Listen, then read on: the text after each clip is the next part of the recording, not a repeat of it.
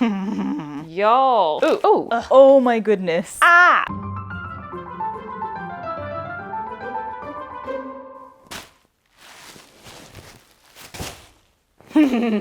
So I saw my older sister Carrie a little bit ago at, family wedding, and she gave me this lovely bag of stuff from her stash. She has been sewing since she was a teenager. She is so experienced, and she has a channel of her own, which I highly recommend that you go check out, especially if you're interested in like DIY projects, because she is the master of DIY projects, or if you want like actual sewing and quilting advice and instruction instead of just,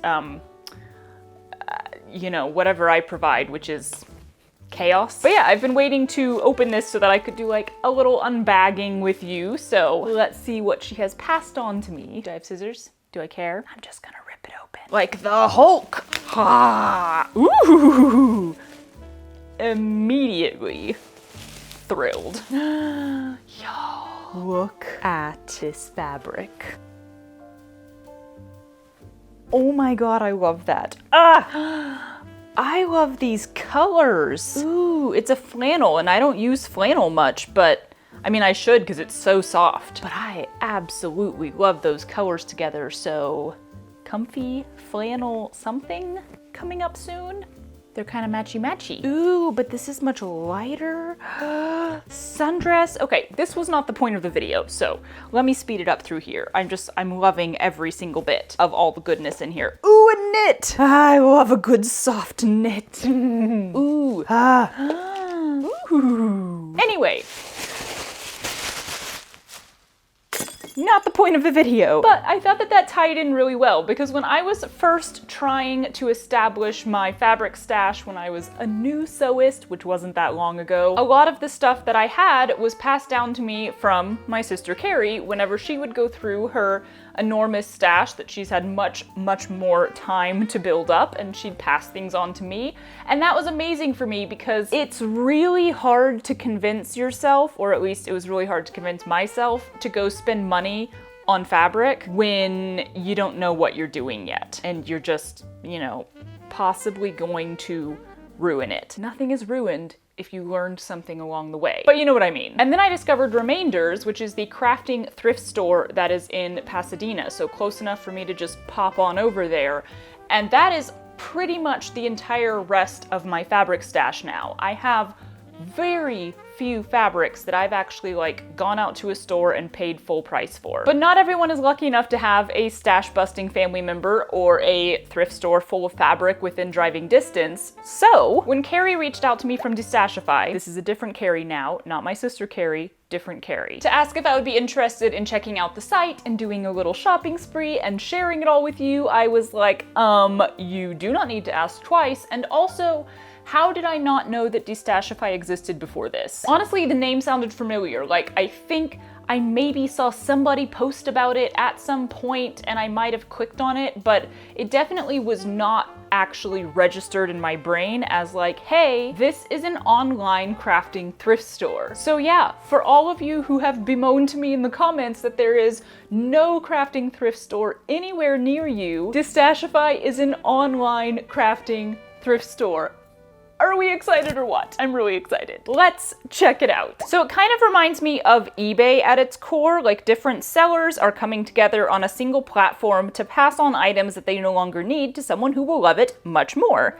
That's me. But we of course have a specific theme here. It is all sewing and crafting and fabric, huzzah! If you're looking to clean out your stash of supplies, narrow it down a little bit, or maybe you've inherited a whole stash of supplies from someone and you don't really know what to do with them, you can become a seller on Destashify and make a little bit of money. On the other hand, if you're just looking to get rid of the stuff and you don't really care about getting any dough back, you can also donate the supplies to Destashify the same way you would to any brick and mortar thrift store. Destashify will actually send you the shipping supplies for free so you can pack it up, ship it back to them, and it doesn't cost you anything to get rid of it. I think that's a lovely way to not only keep this platform alive and growing, because that is what we want. We want more thrift store options, more places where everyone can have access to secondhand materials. But it's also kind of nice to know that the fabrics and trims and patterns and whatever you're giving away is going to be landing in the hands of another maker, creator, sewist who is going to love them like you did maybe at some point when you originally bought them, even though you don't want them anymore. Possibly they'll love it even more than you. On the buying side, it's pretty straightforward. Crafting, sewing, making supplies of basically any kind, they can get really expensive really fast. So finding any kind of cheaper option for your project is a massive blessing to us all. But what I love specifically about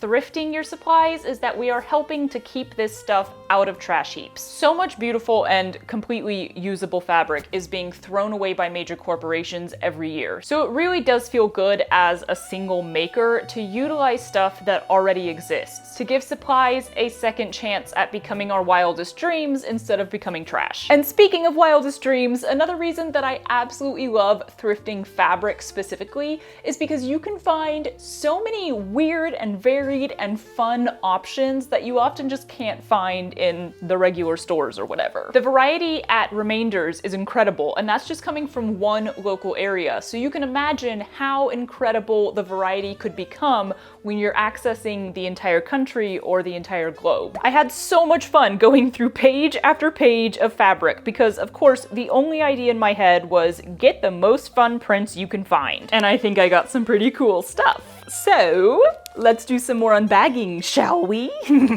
So as far as shipping goes, Destashify does a $5 flat rate for inside the US and then a $20 flat rate for the UK and Canada. I'm pretty sure that's right. So you do want to keep in mind that what you're purchasing is coming from different sellers and you're gonna have that flat rate shipping for each one. This is really handy if you get multiple items from one seller, because then you're still just paying that one-time $5 fee. I got stuff from 6 different sellers. Yes, I'm sure they came from all over America: Pennsylvania, Washington, New York, Texas. Ooh, I legit know her town in Texas. I lived near there. Another Washington. Destashify is big in Washington. And of course, the shipping times and everything is dependent on the sellers themselves, much like, you know, Etsy kind of was back in the day before it became what it is now.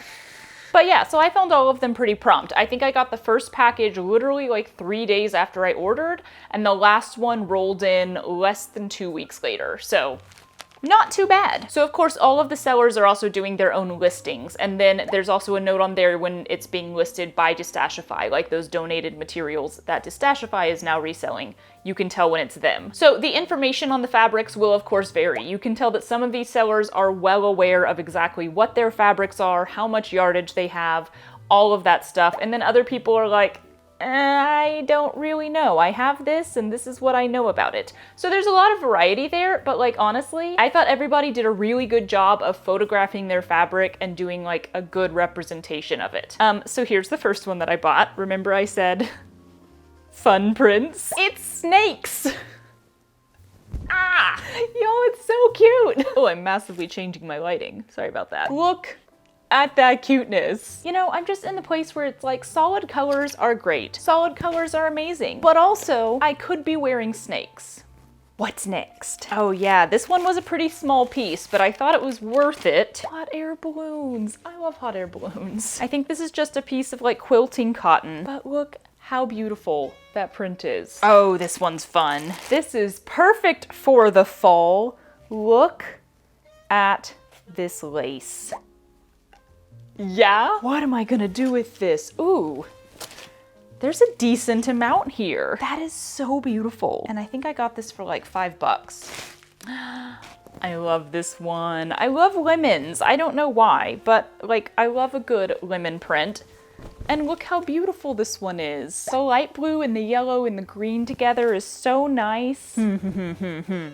Getting ideas. So this seller I got 2 items from, and this is what I'm saying. Still one flat fee. You can get as much fabric as you want. So a lot of sellers I noticed just kind of have one item right now, but some people do have a lot of stuff they're selling. So if you go through that and you like a whole bunch of it, you're still just having to pay that one flat fee for shipping, which is awesome. This fabric, y'all, look how beautiful this is. I love this color scheme. And then I also got from this same seller this one, which feels very like, I don't know, sort of vintagey, classic. It reminds me a little of like a Little House on the Prairie kind of print. Oh, that was the outside, so it's even brighter on the inside. Yo, I'm so excited about all of this fabric. Oh, last one. Possibly the cutest one I got. I'm so happy about this. Look at it! They have faces! It's so freaking cute! I want a dress out of this. Cause yeah, you know I gotta make something in this video, so we're gonna make a dress out of one of these fabrics. The question is which one? I got a few ideas here. I'm gonna have to think about this for a second. These are all so cute and or pretty. I can't wait to use all of them. Okay, so I really wanted to make another split side dress, which I think that floral or linen fabric would have been great for, but also I absolutely must use this fabric. I must! There's not a lot of it, so I pulled out all of the knits that I have that match it and then kind of played around with a possible design in my head, by which I mean I sat on the floor for literally an hour staring at them silently. But I did finally come up with something. It's a little weird, it's a little crazy. It combines 4 different fabrics. Yay! I want to use this for the bulk of the dress, or at least the main part of the dress. So I'm thinking I will just do sort of a simple knit dress, kind of like the green and blue ones that I wear all the time. I'll bring one out in a minute because I'm totally gonna trace it. These dresses. I'm either gonna do a short dolman sleeve like this dress has right here because I know how to do that, or I'm gonna completely wing it on a short sleeve and see if I can figure that out because I've never done that before. I'm going to use this yellow gingham leftover stuff from a dress I made previously to bind all of the edges. And then this fabric, which is actually see-through, like there's purposeful holes in it. I want to use this to lengthen the dress because I don't have much of the original fabric. I can make that portion of the dress fairly short, just long enough to, you know, cover my butt. And then I can make a whole ruffle around the bottom of the dress out of this stuff. And then finally, I need pockets. And I was thinking, what if I made this dress reversible? So I'm thinking kind of a high neck on one side and then a low neck on the other, and then I could just swap directions because it's knit, so it'll just stretch. But it definitely still has to have pockets, and I could just do the regular side seam pockets that you can kind of switch in either direction, but too boring. So I have some leftover just plain white knit, and it's a little bit more of a sturdy knit as well. I think this was my original princess seam dress that I forgot to put pockets in, so I probably should save this fabric to make pockets for that dress, but also, oh well. Here's my thought. I'm gonna take the side seam of the original dress and around waist, low waist height, split it and add a gore, is that the correct word? A triangle of fabric, only it'll be 2 triangles of fabric, and one of them will be without point. So it's a pocket, and it's directly on the sides of the dress. So whichever way you put the dress, the pockets are still right there. Is this the stupidest design I've ever come up with? Maybe. I have zero idea if this is gonna work. This is like a whole new level of winging it. But also, why not, right? Why not? I might have to do the dolman sleeve thing in order to fit sleeves on here. I have a feeling this entire design is going to drastically change as I make this, but that's fine. Also, it is already kind of getting late. I have lights in here now. Yay for lights. They're very bright. The electricians have been here for like, I don't know, a week and a half now, putting lights into the entire house. We have to have the panel redone, all of this stuff, which is fine. They're great guys. They've been doing great work, but you know, there are people in my house every day, so it is worth it though to have light in every room. Anyway, refocusing. I'll see what I get done tonight, but I might end up leaving it for tomorrow. Who knows? Y'all, I have never put this dress on backwards. If that's what I'm going for here, I think I should at least experiment with it first, so.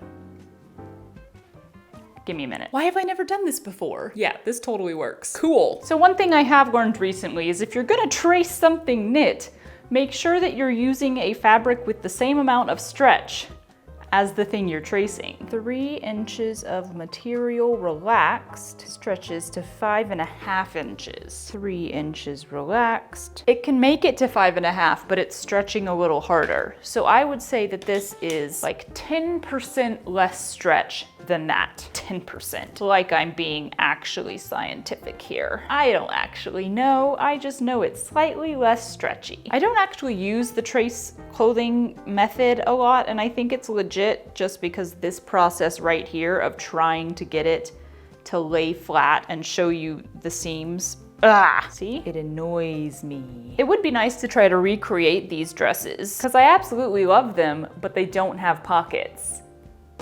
50 points off. I did manage to get everything cut out before quitting for the night, except for the blue ruffle, which I think would be best to cut out after I've put the rest of the dress together and gotten a better idea of what the crap I'm doing here, you know? 14 plus 22 is 36. Yeah.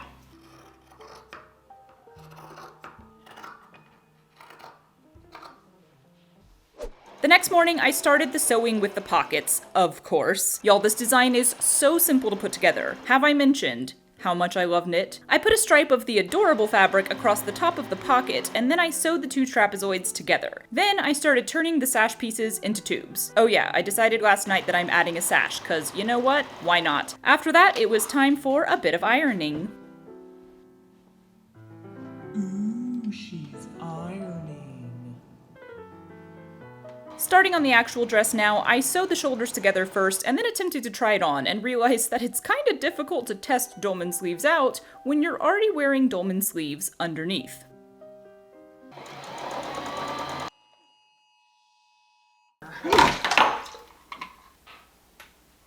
Everything is fine. I have a towel on hand. Isn't that helpful? Lord. After that lovely bit of chaos, I sewed up the bottom side of the sleeves and then tried it again, sans dolman sleeve sweater underneath, so I could mark where I want the sashes to fall. Are you having feelings? Come here.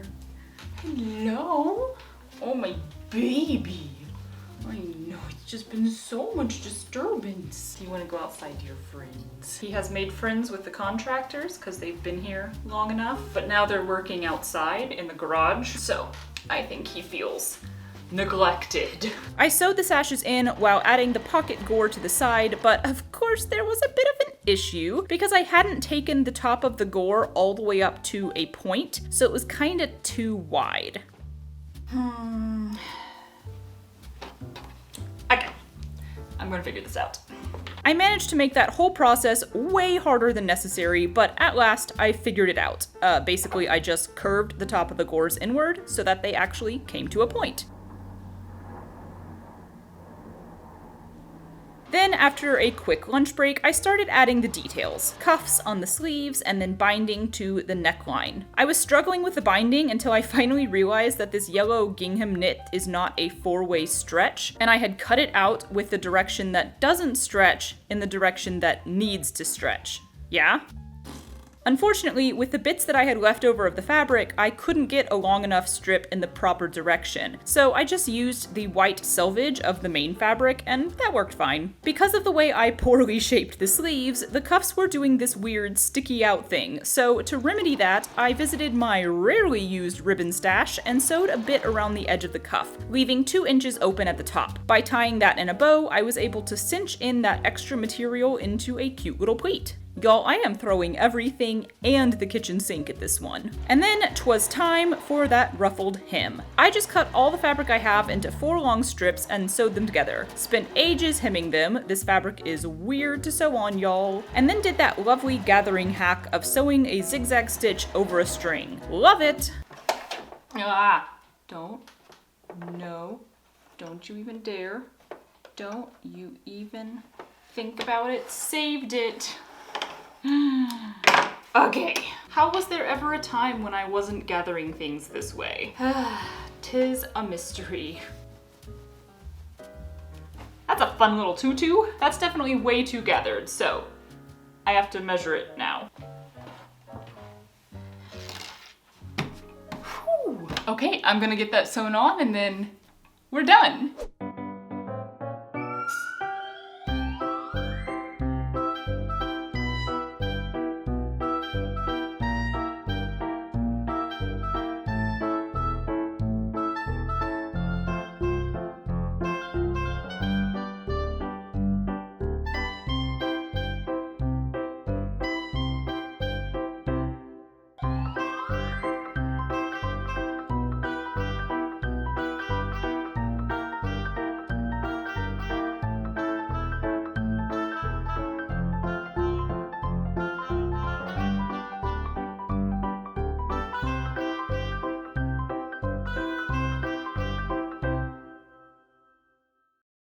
Oh, y'all, I love it so much. It's so freaking cute. Oh my God, and it's so comfy. I love that it has so many little details too, because I've done a lot of like color blocking or fabric patching or fabric blocking? I don't know, mixing different fabrics. I do that a lot because I'm typically working with remnants and small amounts, so this was pretty normal for me. But this is the first time that I've used several different fabrics, other than, you know, that whole patchwork dress thing, of course. Putting the little ribbon on here, it was more out of necessity to try to make it look better, but now it's like super cute. But y'all, this ruffle had absolutely no business kicking my butt the way that it did. After I stopped filming yesterday, because I was like, super simple, I'm just gonna like attach it now, one quick seam, yay.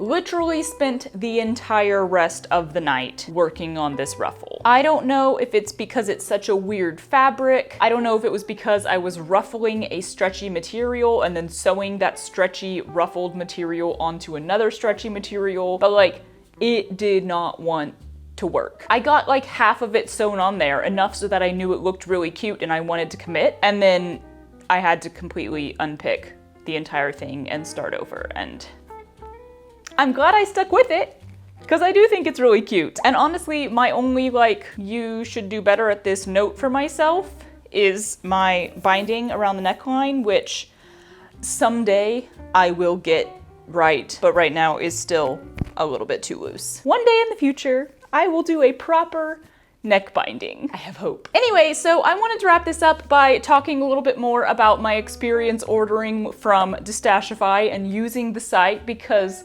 that is the whole point of this video. I was able to get this frickin' adorable fabric for super cheap because of Destashify. I will definitely be getting on Destashify again soon, and probably frequently from now on. And you know what's really cool about Destashify is the more people who use it, the better it will become. The more people who sell, the more options there are, the more that buyers will be attracted to come use the platform more, the more sales will be made, and that circles back around to the more sellers will be attracted to come and use the platform as well. There's really not another platform that I know of that is specializing in secondhand crafting and sewing materials like this. Obviously, like I said, Etsy kind of used to be this, but it was also mixed with the whole handmade products thing, and now there's a lot of mass-produced stuff that's gotten in there. So this is really the only place I know of that you can go online and just look through a bunch of secondhand